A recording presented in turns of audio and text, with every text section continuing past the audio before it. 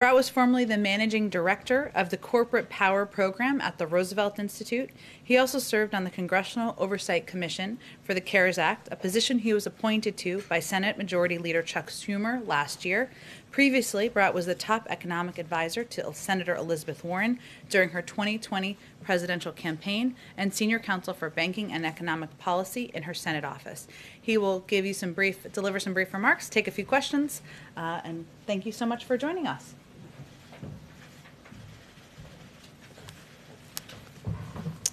Good afternoon. Earlier today, the president had the chance to visit a couple of small businesses here in town. One is a locally owned hardware store that's been around for 150 years. The other, which leases part of the same space, is an urban farm that was founded just 8 years ago. Like other small businesses across the country, these companies help serve their communities. The hardware store sponsors Little League teams and holds events with the Cub Scouts. The urban farm serves hundreds of local households and supplies food for local farmers markets. Unfortunately, a lot of companies like this, with fewer than 20 employees, were left out of previous rounds of small business relief. Too many mom-and-pop businesses and too many minority-owned businesses were left behind, while larger, well-connected businesses got funds quickly. The president and the vice president have made it a top priority to ensure that this round of small business relief is distributed more equitably, and that the companies that may not have gotten relief before have a real shot at getting relief now. So today we want to share some early results of how this administration is already making good on that commitment. On Monday, February 22nd, the president announced important changes to the Paycheck Protection Program, which is the primary small business relief program that the federal government offers. These changes were intended to ensure that mom-and-pop businesses, minority-owned businesses, businesses in rural areas, and other underserved categories of businesses got the help that they needed. These changes included instituting a 14-day period starting on Wednesday, February 24th, during which only businesses with fewer than 20 employees could apply for relief. The idea behind the exclusivity period was to give lenders time to focus on reaching out to smaller businesses, including businesses that may not have that they may not have worked with before, and to make sure that these smaller mom-and-pop shops had time to get their applications in and approved. And at the same time as the president's announcement, the administration launched a whole-of-government effort to let small business owners and lenders know about this opportunity. The Small Business Administration launched a series of conversations reaching thousands of community leaders through webinars every day. White House officials held calls that ended up reaching thousands of small business owners directly, and the administration partnered with Congress to help members spread the word about the changes and conduct outreach with their constituents. So now we're reaching the end of the 2-week exclusivity period, and the results are pretty striking. When comparing the data from the exclusivity period with the 10 days preceding the exclusivity period, we've seen a significant increase in the number of loans to the smallest firms, to minority-owned and women-owned firms, and to first-time PPP participants. Specifically, we've approved more than 300,000 loans for businesses with fewer than 5 employees, and that's a 15% increase compared to the pre-exclusivity period. We've approved nearly 200,000 loans to first-time PPP borrowers, which represents a 25% increase. There's been a 20% increase in loans to minority-owned businesses, and that translates to an additional 1,000 minority-owned businesses accessing relief every single day of the exclusivity period. There's been a 14% increase in loans approved to women-owned businesses, which translates to an additional 600 women-owned businesses accessing relief every day. And there's been a 12% increase in loans approved to businesses in rural areas. But that's not all. On February 22nd, the president also announced several other changes to expand access to PPP. And as of last Friday, the SBA had implemented all of these changes. And we're already starting to see some early momentum from those changes as well. For example, nearly 30,000 loan applications had previously been flagged because the small business owners were delinquent on their federal student loans. We removed that restriction and can now advance those applications. And tens of thousands of new applications have already come in after we increased the amount of relief available to sole proprietors and the self-employed.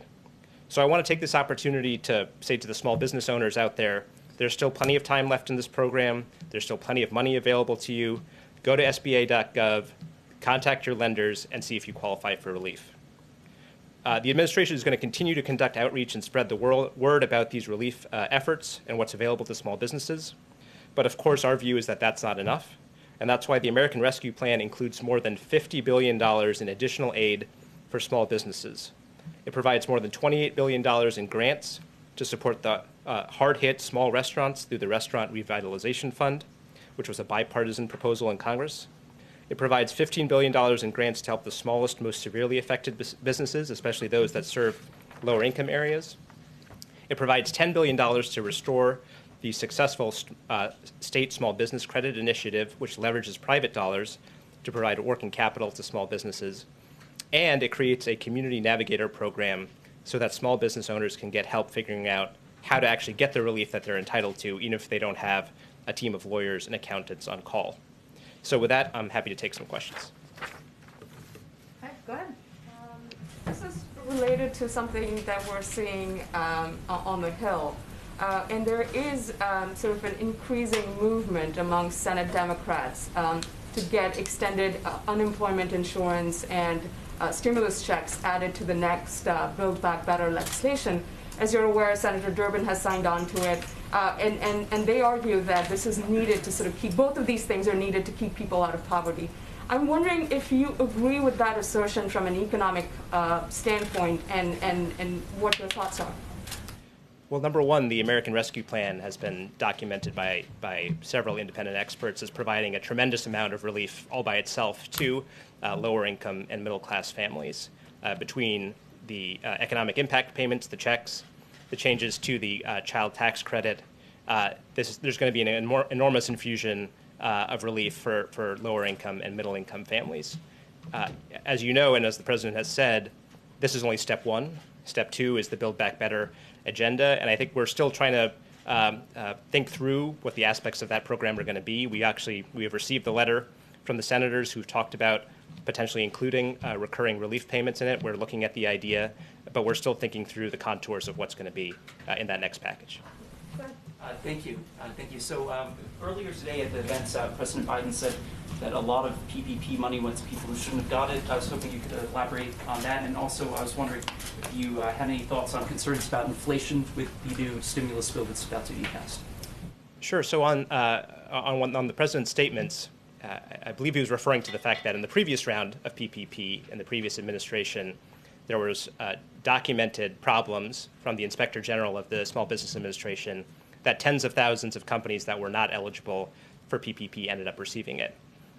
In part, that was because the previous administration did not put any checks in place on the front end, in other words, when the application was received, to make sure that these were eligible companies. We've changed that. There's now significant upfront checks to make sure that any application that's submitted meets the criteria for the program. And at the same time that we've instituted those, we still are processing nearly 100% of applications within 48 hours. So we've tried to find the right balance between making sure that folks who are not eligible don't get the relief, but the folks who are eligible get it as quickly as possible. And we think that's a significant change from the previous administration. On inflation, it's something that, as the President has said, as Secretary Yellen has said, we are monitoring carefully. Our belief has been from the beginning that the risk of doing too little to help American families outweighed the risk of doing too much. That said, we will always be carefully monitoring inflation, and we will continue to do so going forward. Thank you. Given the President's on the verge of signing the relief bill, we're seeing vaccines rolling out at a quicker pace. Could you give us just a broad sense of where you think we will be with the economy at the end of this year? Secretary Yellen has addressed employment for 2022, but what about the forecast for right now, the end of the year?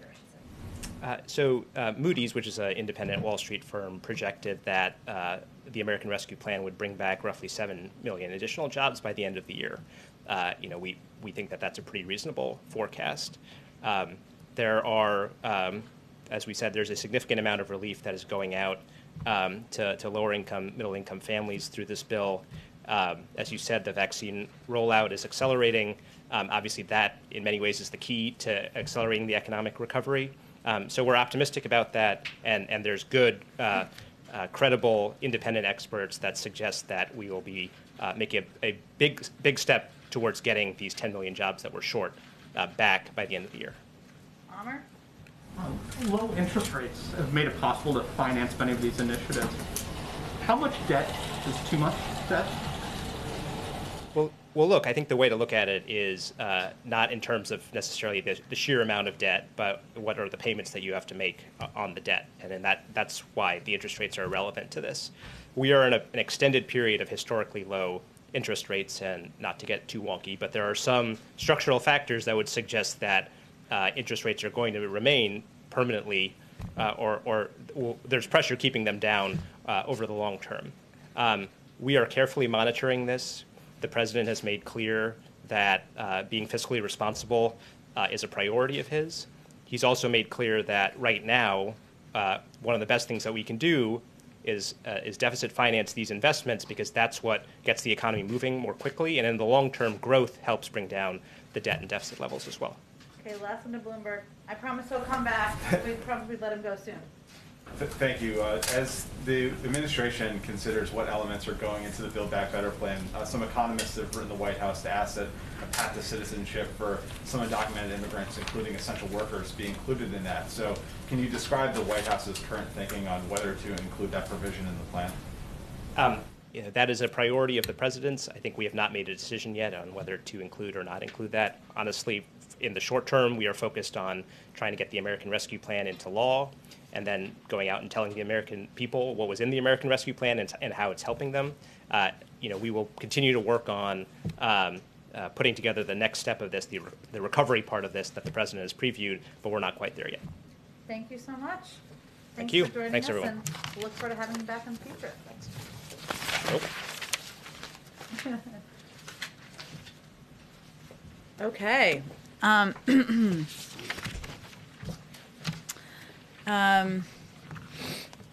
As the president said last week, once the rescue plan is signed, we'll be able to start getting payments out this month. Treasury and IRS are working tirelessly to make that happen.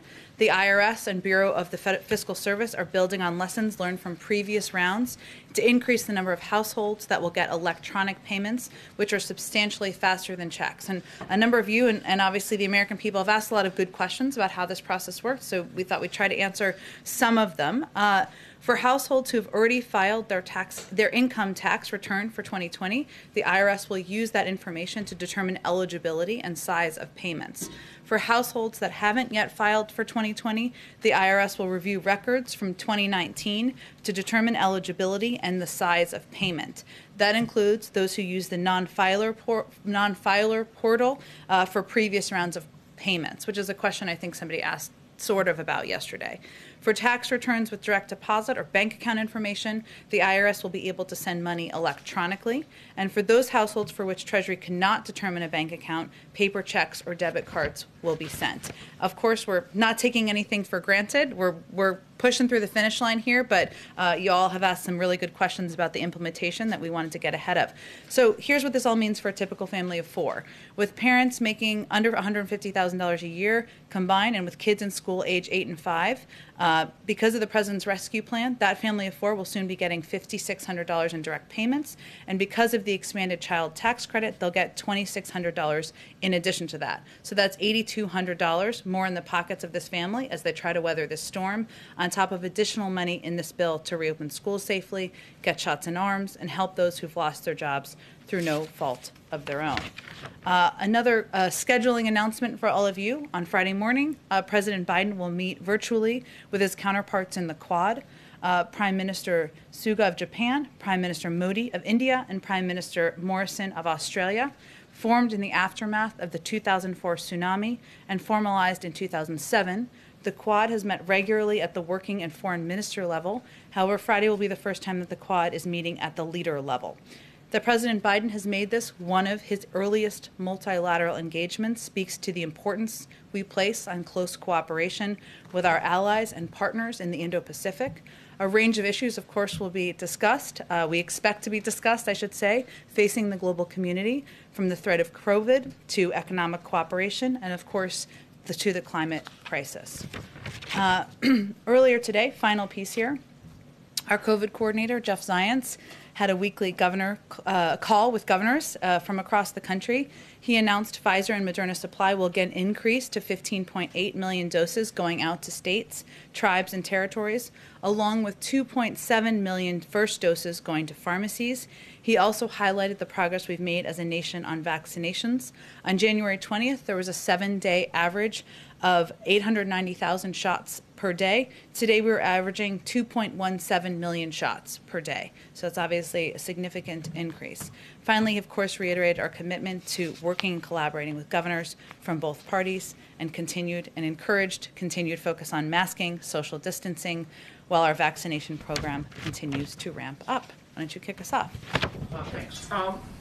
Question on with the influx of young people and just migrants in general to the southern border, is there any sense, and I asked this question with the obviously you're only 2 months into the administration, but early on you and Secretary Mayorkas very much stressed humanity and trying to move away from the last administration.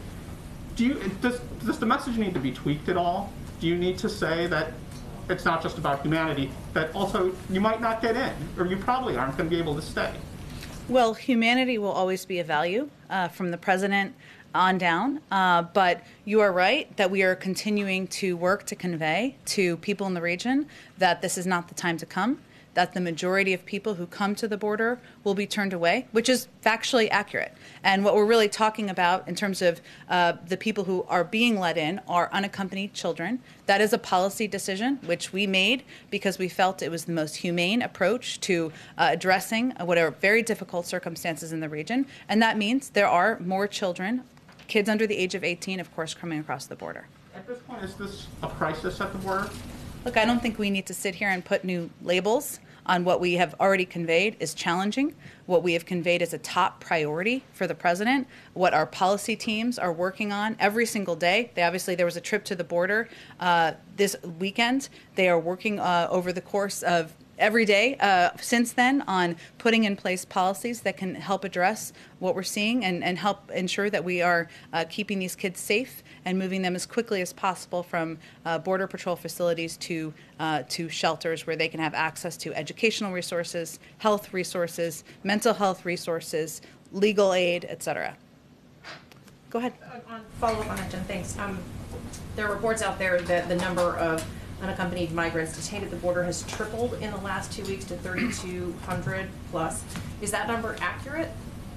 I'm not going to confirm numbers from here. Obviously, the Department of Homeland Security and others oversee the programs and the engagements that happen at the border.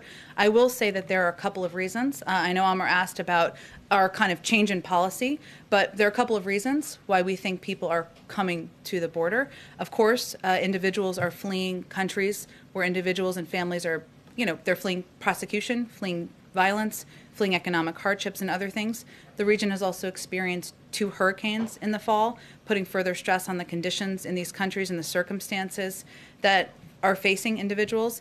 And all of this is taking place during a global pandemic that has impacted other countries' economies, placing undue hardships on its people, just as it did in the United States. So there are also a range of factors that are leading individuals to come to the border. Jen, why won't you confirm that number? That's a very important number. We've been very clear that there is an increase, that there are more children coming across the border than we have facilities for at this point in time. Those numbers are tracked by the Department of Homeland Security, so I'm just suggesting that you talk to them about specifics. We talked to them, Jen, they won't confirm the numbers. Well, I would encourage you to go back to them and ask them again. We're not going to confirm them from the White House. It's not our program. It's the Department of Homeland Security. Is the White House encouraging the department to release those numbers, and in the spirit of transparency that the Secretary promised here at this program? We certainly encourage transparency, but what I also think is important is to talk about what the root causes are here and what we're doing from a policy standpoint to try to address the challenges that we're facing and that these kids are facing as they come across the border. And on COVID relief, should we expect to see the president travel to, perhaps after he signs this bill, to highlight the benefits? After the American Rescue Plan is signed, we certainly recognize that we can't just sign a bill. Again, we're not taking anything for granted. We're getting across the finish line, but that we will need to do some work and use our best voices, including the president, the vice president, and others, to communicate to the American people the benefits of this package, how they can benefit from the package, how they can have access to checks. Part of the reason I wanted to do that at the top, how it will help schools reopen. And so I think you can certainly expect the president to be doing some travel, and we'll have more details on that in the coming days. Absolutely. Go ahead. Jen, you talked about the need of getting these 3,000 or so potentially children out of the Border Patrol facilities and into HHS facilities that are meant to house children. How quickly can that be done, and what is being done right now to make sure it happens? Sure. Let me walk you through a little bit of what the considerations are and what our team is working on now. So first, the reason why these kids are being let in, I've talked about that a bit, but the majority of people come to the border are still turned away or expelled under Title 42. So families, adults, et cetera. We're talking about children. I'm just level setting here. When children are apprehended at the border, they are initially processed, as you've noted, through Customs and Border Patrol facilities, where they are held until they can be sent to HHS shelters, where the children have access to education services, medical and mental health services. We've talked about this a little bit, but just to reiterate, the reason why, one of the challenges we've had is that COVID-19, the pandemic, had initially severely limited the amount of children that could be taken into HHS facilities and the pace at which that could happen. So one of our focuses is on working on seeing how we can address that. That includes looking at additional facilities. It includes, there were some CDC guidelines that were released on Friday, and those guidelines for HHS facilities will allow capacities to be returned to pre-COVID numbers, all while taking other steps like increased ventilation, additional masking, and other measures to continue to keep these children safe. So one of the things we're doing is working to implement these recommendations so that we can ensure there are more kids who can be safely in these facilities. We are also, as I noted, working to expedite. We're looking at additional facilities where we can safely house children and ensure they have access to all of the resources that I noted. And finally, we're also looking for ways that we can expedite the way that we vet and process families and sponsor host families where these kids can go. Because, of course, once they go from CBP facilities, which we are working to expedite that, we don't want them to be in these CBP facilities. We want them to be in shelters as quickly as possible. And then ultimately, we want them to be in families and homes where their applications can be processed. But we are looking to expedite the way that we the way that we vet families and sponsor homes as well. And last week, you weren't ready to confirm that new facilities might be brought online, including perhaps Fort Lee in Virginia or Homestead, Florida. Can you give us any new details about how many new facilities might be repurposed and how quickly? It's a good question. I don't have anything to confirm for you in terms of new facilities. We are looking at facilities, a lot of considerations underway, and certainly part of the reason is where we want to have more kids able to transfer from CBP facilities to HHS facilities. So the CDC guidelines helped us ensure there are more kids able to have safely in a lot of these facilities, but also we're looking at facilities, but no decisions have been made at this point. And finally, can you tell us anything about any diplomatic efforts that are taking place between the Biden administration and these Central American countries to find ways to deter some of these children from coming to the border? It's a great question, and it's a key part of our strategy. I've actually asked Roberta Jacobson if she could come join us in the briefing room, so we hope to do that sooner rather than later, because those are great questions that I think she would be an excellent person to address. But in the meantime, no information about any conversations that are taking place between the U.S. and the Well, all I was conveying is a commitment to get you an expert that is involved in these discussions who can help answer your questions. But and I also conveyed that it is a key priority for us and that there are conversations going on at a number of levels, obviously through our national security team, through the State Department, about the importance of conveying clearly this is not the time to come, working with countries on how we can address the root causes. As you know, but everyone may not know, one of the key proposals in the President's immigration bill is additional funding to address the root causes, and that's something we're certainly communicating about. But I think what I heard from you is specific questions about engagements. A lot of those would be read out from the State Department, but I've invited Roberta to come, and we'll look forward to having her here soon. Go ahead. Thanks, Jen. So airlines have been urging the administration to develop guidelines for a travel passport so Americans can begin traveling the country again. Is that something the administration is considering doing, and do you think it's a good idea for the government to make those kind of guidelines? Vaccine passports, I believe they are calling it, right? We recognize that as many Americans get vaccinated, questions will come up, and they're already starting to come up as to how people will be able to demonstrate they are vaccinated. I think it's important to remember only about 10% of the American population is vaccinated at this point. We've obviously made progress, but we have more work to do. And right now, our focus as the U.S. government is on getting more people vaccinated. And we'll think about how people can demonstrate they are vaccinated as we get more people vaccinated. But that's where we're putting our energy and resources toward.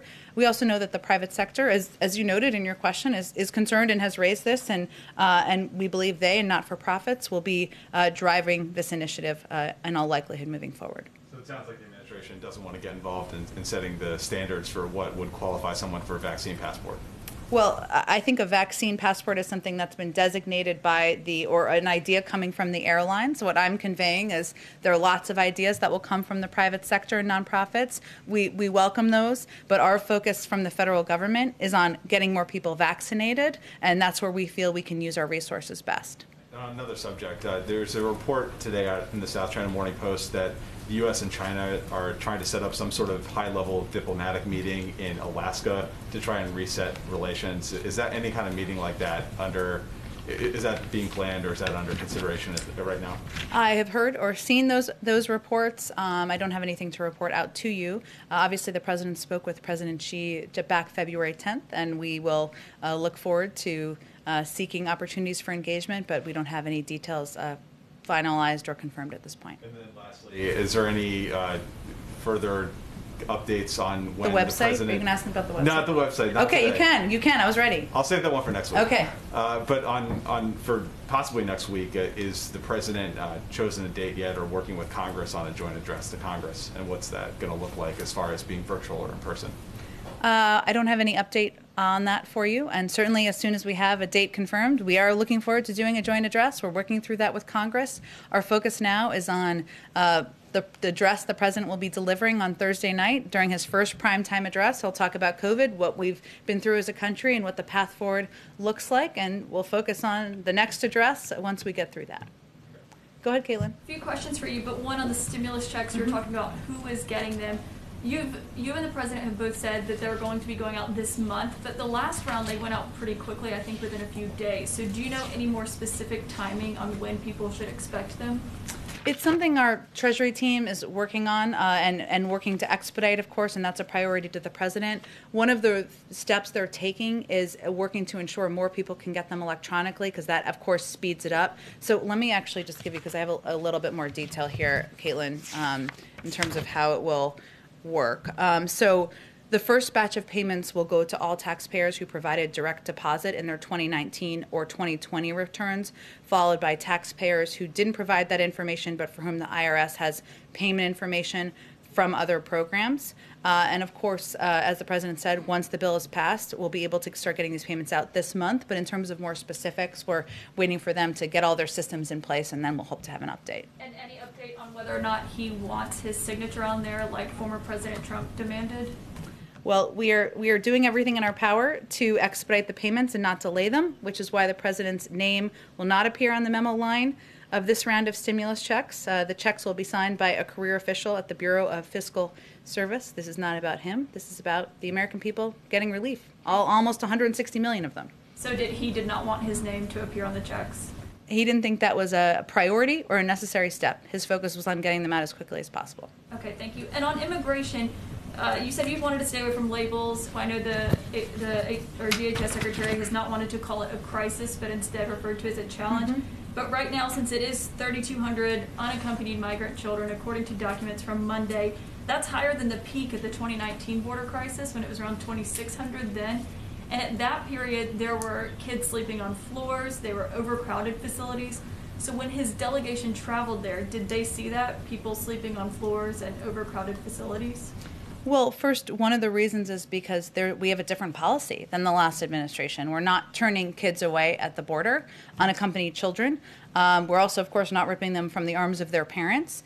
And so we know, and we know there is going to be an increased number of kids coming across the border. There are several steps, as we've talked about a little bit, that we're working to address that. The team, of course, we put out a readout of their meeting. They are going to do a meeting, of course, and give the president a full rundown of what they saw on the ground, a trip that he asked them to take, and I'll let them do that before we have more specifics. And we, of course, are committed to ensuring there's transparency and access for cameras to the facility as well. So So do we have a timeline on that, on when reporters will actually be able to go in and see? Because that was what was so helpful last time, Yeah. showing people what it looked like inside there. So is that going to happen within the next week, or is it going to be pushed further down the road than that? When can cameras actually get inside those facilities? We're committed to doing that. I don't have a timeline for you at this point in time. We want to do it with respect for the privacy of the people staying there, people who are being housed there, but also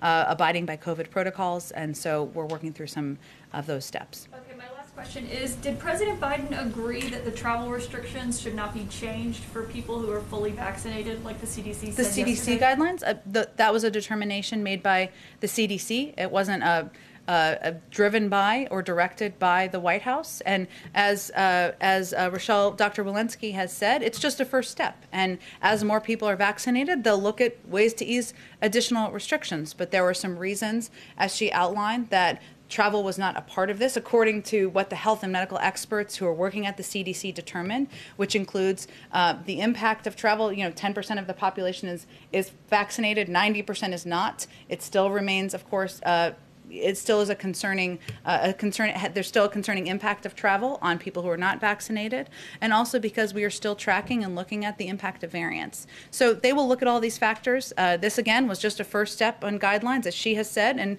I'm sure they'll look at a range of factors as they've committed to as more people in the country are vaccinated. Go ahead. Thanks, Jen. A couple questions.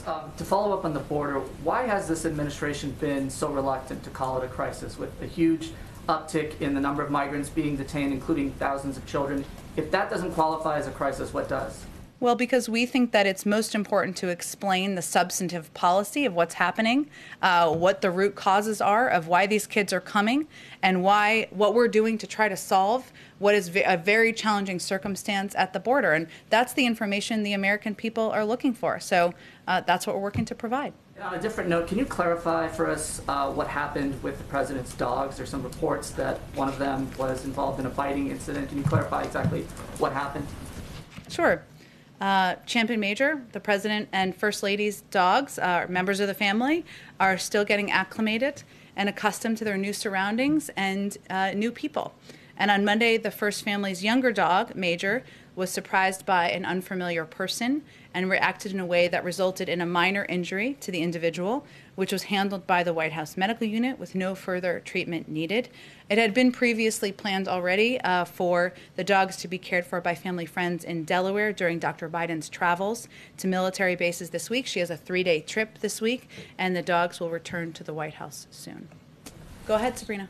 Thank you, Jen. 2 questions for you. First off, House Democrats are preparing to bring back earmarks as part of an effort to build support for infrastructure legislation. Does President Biden support the return of earmarks, and are there specific restrictions that he would seek to prevent the kind of abuse that has occurred in the past?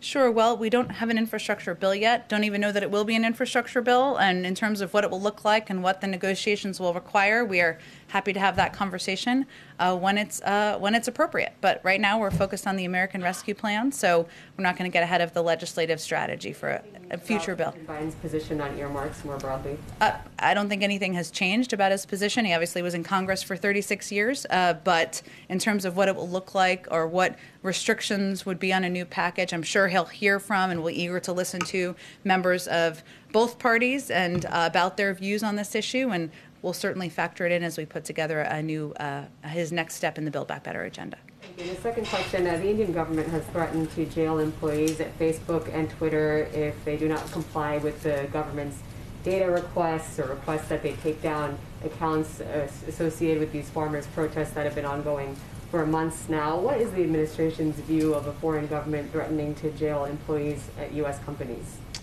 Well, certainly we believe in freedom of speech, freedom of press, freedom of expression, and it is a concern that the president and others at the highest level raise at every opportunity, even with allies, with adversaries, but in terms of specific conversations about this, I expect the State Department would be closest to those engagements. Go ahead, Karen. Some questions on the CDC guidelines yesterday. It was obviously very big news for families. Yes. But the message that we heard from officials was all about families. And we didn't hear anything about school reopening tied to these guidelines. If vaccinated grandparents can be with their unvaccinated children without masks, how do you apply that same standard to schools?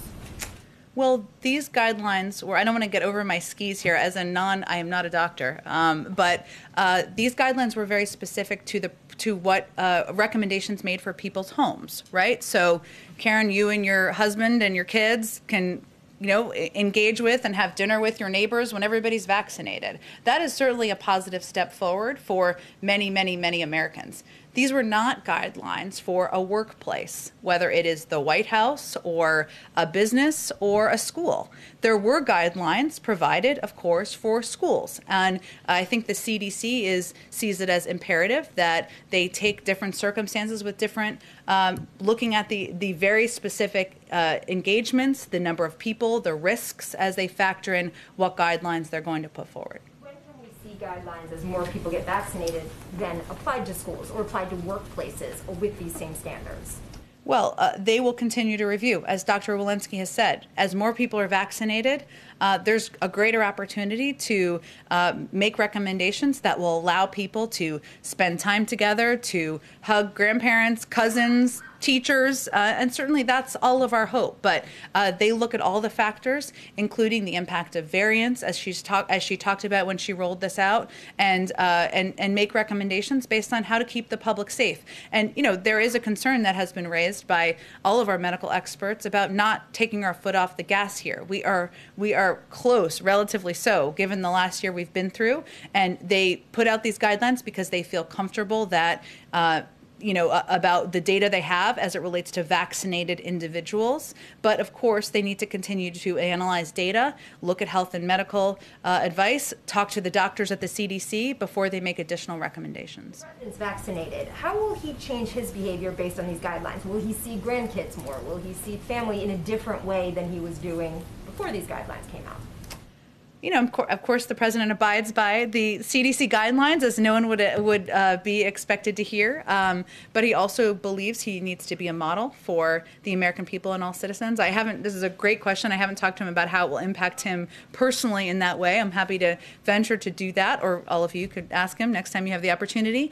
But I noted that, and this was a good question someone asked, I think, over the last 24 hours about how it impacts us here. And, the White House is a place of work, right? It is not a private home, and so we will continue to wear masks. We will continue to be tested. We will continue to socially distance until our health and medical experts tell us otherwise.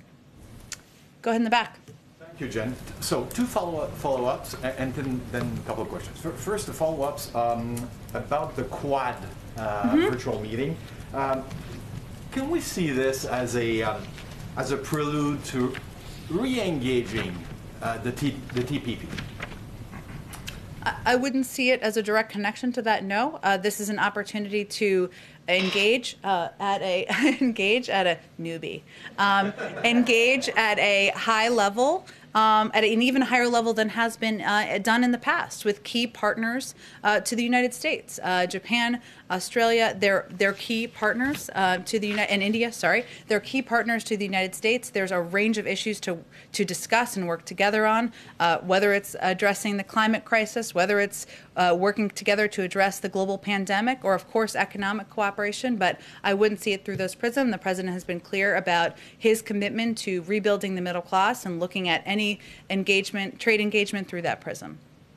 Okay, thank you. As for Jordan's story, question about the South China Morning Post eventual discussion in Anchorage, I have my colleague from Kyoto News, the Japanese news agency, is asking how will the Biden, more broadly, how will the Biden administration plan to engage with the Chinese? Are direct talks under consideration? Direct talks with the Chinese? Well, I mean, the president has spoken with President Xi already. So, of course, we remain engaged directly at a range of levels, and that will continue. Like a summit type of event? I'm not here to predict a summit. Of course, there'll be a range of engagements that the president and his national security team will have with China and other countries in the region in the months and years ahead. But we are directly engaged. There are a range of issues we, of course, have talked with the Chinese about through those engagements. We don't hold back about our concerns, but we also look for opportunities to work together. Jen, just a week, actually 8 days precisely before the president entered the White House, the previous administration and put Cuba back on the list of state sponsors of terrorism. Does the president share this view? Well, we've talked about this a little bit in here before, and nothing's really changed, but I'm happy to reiterate our policy. Our policy, as it relates to Cuba, will be governed by two principles. First, support for democracy and human rights will be at the core of our efforts through empowering the Cuban people to determine their own futures.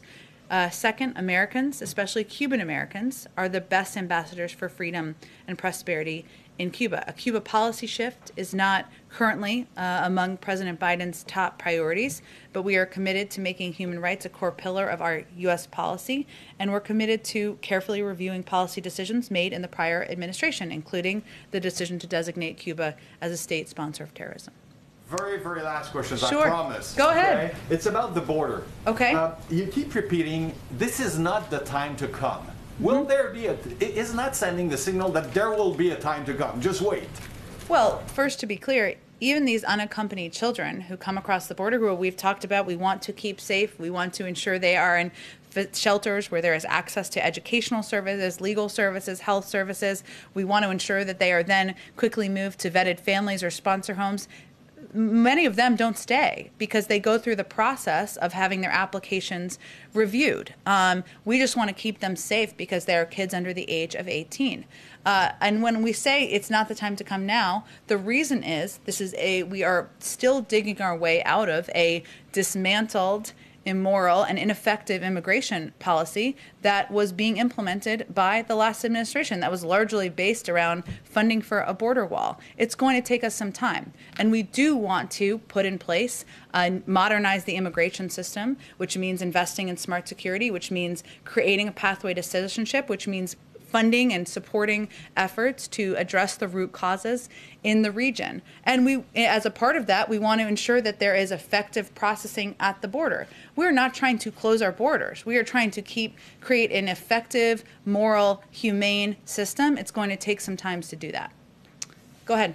Thank you, Jen. I'd like to ask about three things, if that's okay. The dogs, immigration, and then Governor Cuomo. Another dogs question. Okay, go ahead. I'd like to follow just a quick clarification on the dogs. Okay. Can you confirm that it was a Secret Service member who was bitten, and can you also reassure the public that Major Biden will not be euthanized as a result of this? Well, certainly Major Biden is a member of the family, so I can assure you that. I don't have any more details on the individual. I would encourage you to ask the Secret Service, but I'm not going to have any more details other than that. Then on immigration, you've said repeatedly now is not the time to come, but you've also noted there's a distinction for unaccompanied minors that they'll be allowed in. I want to revisit something the Secretary Mayorkas said last week. He said that, quote, loving parents, end quote, we're sending 9-year-old children alone. Of course, there's frequently physical and sexual abuse for migrants in transit and also in U.S. custody. So I was hoping to drill down on the messaging there. Do you think it's important to send the message to children, unaccompanied children, that now is not the time to come, and to their parents that it's not a, quote, loving act to send them? I think it's imperative that we send the message that this is a dangerous journey. Children don't make it. They experience very difficult circumstances on the journey. Now, the circumstances in a lot of these countries is such that the parents feel that taking that risk is better than the circumstances they're living through. But we are very clear about this message in the region, that this is not the time to come, that this is a dangerous journey, that we, of course, are focused on modernizing our immigration system and making it a system that can better process people at the border, make it more humane. We are going to abide by our laws and continue to implement those laws, but I can assure you that message is being sent clearly in the region. So now is not the time to come for children as well? Correct. Okay, and for the Governor Cuomo question, you've been asked this many times about the sexual harassment allegations against him. And I just wanted to confirm that you have spoken with both President Biden and Vice President Harris about the allegations. Yes, and I've reiterated on their behalf that they believe all women should be heard, that they should be treated with respect, There's an independent investigation, as all of you know, that is being led by the Attorney General, who named, I believe, some individual lawyers who will be in charge of that today, if I'm reading reports correctly. And certainly they respect that and believe that should move forward. Will either of them be speaking themselves about these allegations? I don't have anything to predict for you on that front. I'm here to speak on their behalf, so that's what I venture to do on a daily basis. Go ahead. Before I start my actual questions, we've heard a lot about dogs. We were promised a White House cat. What happened to that? Where is the cat? Today's a good day for the cat. I don't have any update on the cat. We know the cat will break the internet, but I don't have any update on its status. Okay. And has the president now ruled out nominating Shalanda Young for OMB director? Is she deputy for keeps? And he said Neera Tanden would have a job in the administration. Where are we on that? Well, Neera only pulled herself out of consideration 6 days ago, if I'm doing my math. 7 days ago, sorry, if I'm doing my math correctly here. The president is committed to her serving in a role in the administration because he values her perspective and her experience. In terms of Shalanda Young, no, we have not made it. The president has not made a decision about who he will nominate. He thinks so highly of her that he nominated her to serve as deputy director of OMB, which is an enormous job in the administration. And once she's confirmed, she will serve as acting director of OMB, but I don't have any updates on the timeline or decision-making for the nominee. And people in the running for some of the ambassadorships have been told that Bob Iger has got the gig in London. Are you able to make an announcement today? Well, they would be incorrect, given the president hasn't made any decisions about any ambassadorial roles. Go ahead. On climate, John Kerry is on his first overseas trip in Brussels right now. What is President Biden hoping he's going to accomplish there?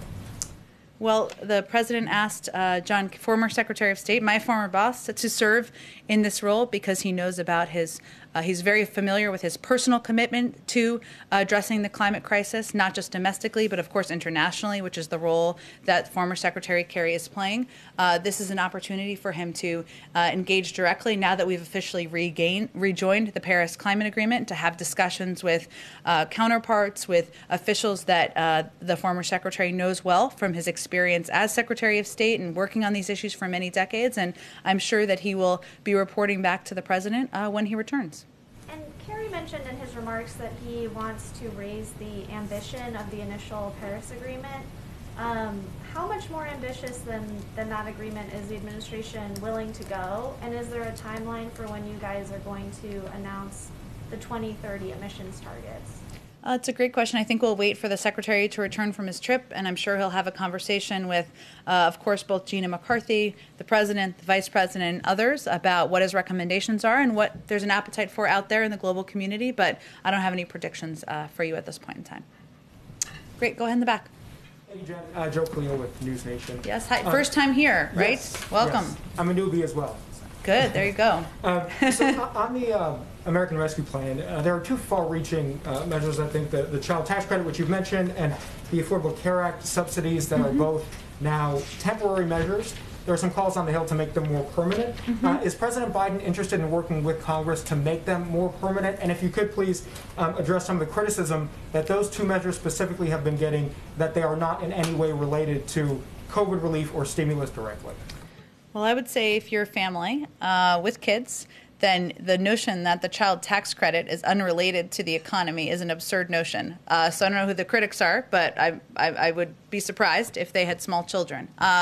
I would say the president had talked about making the child tax credit permanent during the campaign. He certainly is open to continuing to look for avenues to do exactly that. He believes that benefits like the $3,000 child tax credit that is included in this package are benefits that help address what he and the vice president feel is a crisis, which is the large number of women who are leaving the workforce and have left the workforce since the pandemic started. So he will certainly continue to look for avenues on that. What was the other piece? I'm sorry, you asked about the other one? The Affordable Care Act subsidies. Oh, of course. Look, I think one of the things the president is committed to, has talked about on the campaign, I should say, when he ran, was strengthening access to affordable and accessible health care. So one of the things we did was we reopened the period of time where people could apply to get access to the benefits from the Affordable Care Act. We've seen a huge influx of people who were not previously covered with health insurance do that, and he will certainly continue to look for ways to reduce the cost of health insurance, to look for ways to expand it, to make it more accessible, and certainly having lived through a pandemic, the need for greater access to affordable health care is pretty front and center for him and others in the administration. Sabrina. Sure. Go ahead. Biden has spoken often about the need for a two-step rescue and recovery approach to the economy. He's held many meetings on infrastructure and said the recovery plan would focus on infrastructure, manufacturing, and other issues. Were you saying that you're not sure there's going to be an infrastructure bill when I asked about earmarks? Well, no decision has been made yet internally about, look, the president has not made a secret about what is in his Build Back Better agenda. He talked about it on the campaign trail. Infrastructure is a part of that, and it's something he's had a long commitment to. He's also had a long commitment to investing in caregiving, to doing investing in our manufacturing sector, to doing something about our tax system. So there are a lot of components of his Build Back Better agenda. What I'm conveying is we're still in a policy process internally about what the next part of his agenda will look like and what the format, the size, the order will look like. So that's all I was conveying. But certainly infrastructure is one of the areas where he feels there's opportunity for bipartisan support and for Democrats and Republicans to work together. Go ahead. If I could follow up on that, too. The president made overtures to Republicans when it came to COVID relief, inviting many of them to the White House. And at this point, you have 0 Republicans in the House or Senate voting for this package. Is there going to be a similar effort to try to get Republicans on board if the next agenda item is an infrastructure package? Well, he's already had 2 bipartisan meetings on infrastructure to date as he's looking to gather ideas and hear from Democrats and Republicans about how they feel we can continue to work together and rebuild the economy. I would say that while we don't expect or did not receive, I should say, to date, Republican votes for the American Rescue Plan, the Republicans in D.C. living in the zip code seem to be outliers in the country, given the majority of people in the country, the majority of Republicans support this package. So maybe it's a moment of self-reflection, but the president will continue to leave the door open to work with Republicans on his agenda moving forward. Go ahead.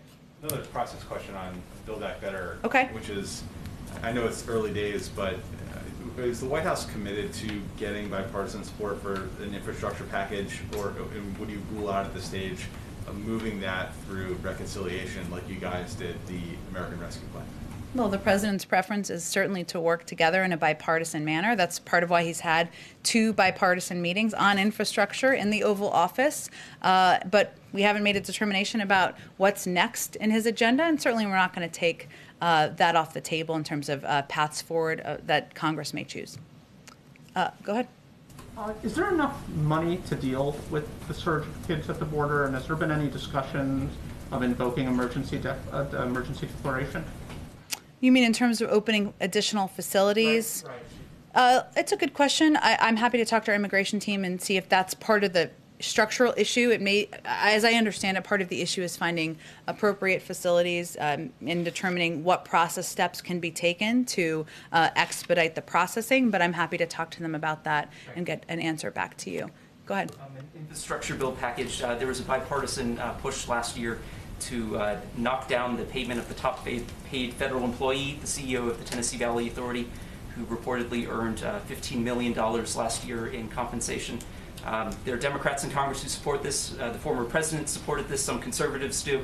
Does the Biden administration believe that an infrastructure bill should slash this $15 million compensation for a federal employee? Appreciate the opportunity. The president believes everyone should pay their fair share, but we don't have a bill that actually exists, so we're not going to talk about what components would be a part of it or not at this point in time. Go ahead. Well, at the risk of asking you what is one of the components in this hypothetical bill, a question from someone who can't be here today, Andrew Feinberg. President Biden has repeatedly spoken of both the need to upgrade the nation's transport infrastructure and his desire for the US to become a leader in zero-emission vehicles. So since the Federal Highway Trust Fund is funded by taxes on gas and diesel fuel, which obviously wouldn't be collected from zero-emission vehicles, does that mean the President will insist that any infrastructure bill will include a new funding source for it?